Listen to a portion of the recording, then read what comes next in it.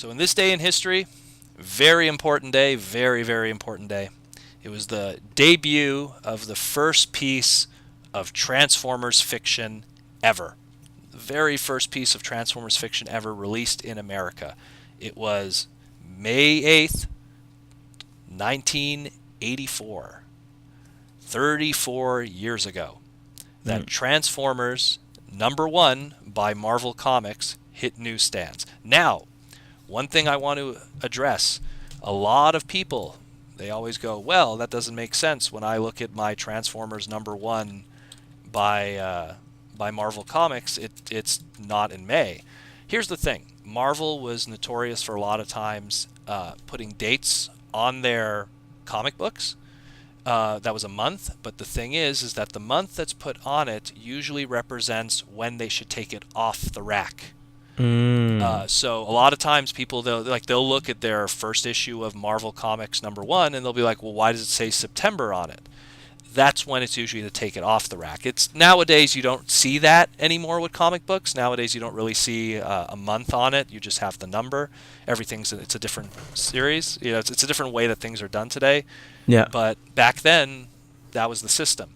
So May 8th was when it shipped, and it was a big deal. It was a big, big, big, big deal. All I know is the only time we had any kind of information of Transformers prior to this was if you're a completist of Transformer comic books from the Marvel era, if you go back, Marvel Age, which was a book that Marvel put out back in the day, which previewed books that would be coming out. If you pick up Marvel Age #17 from 1984, it's the cover that has the Muppets on it. That's the best way to remember it.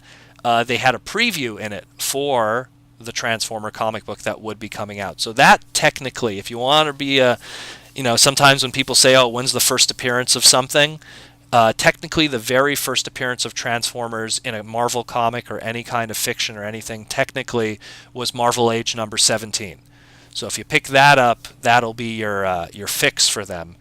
But aside from that, you don't really have anything that really predates this original #1. And this was the comic that started everything. It was the book that began the monster, and the best thing about it that we always love is that it was supposed to be originally a miniseries. It was supposed to be only 4 issues. It said it right on the top, #1 in a 4-issue limited series. Just like G.I. Joe, they didn't know if this was going to be successful or not. Mm-hmm. And obviously, it was a runaway success, and they decided to make it a continuation. And instead of starting back at 1 again, like a good example, like Wolverine was originally a limited series, 1 to 4, and then when they realized he was a runaway success as an individual character, they ended up giving him his ongoing, and then they started at #1 again. Where with Transformers, they decided to continue forward.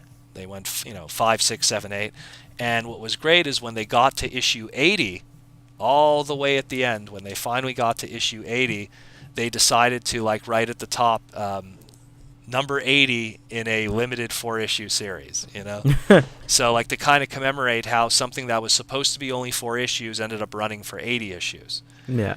And it was an incredible thing. It was incredible.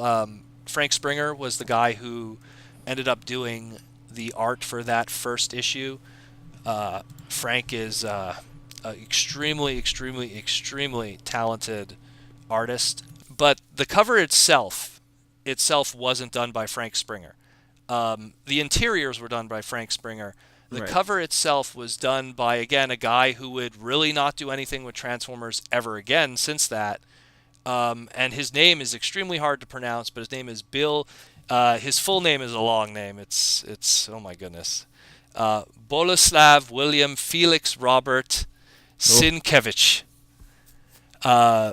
And he worked for Marvel for many years, but he was an oil painter and worked for like stuff like New Mutants, where he did oil painting covers, and Elektra and a lot of stuff.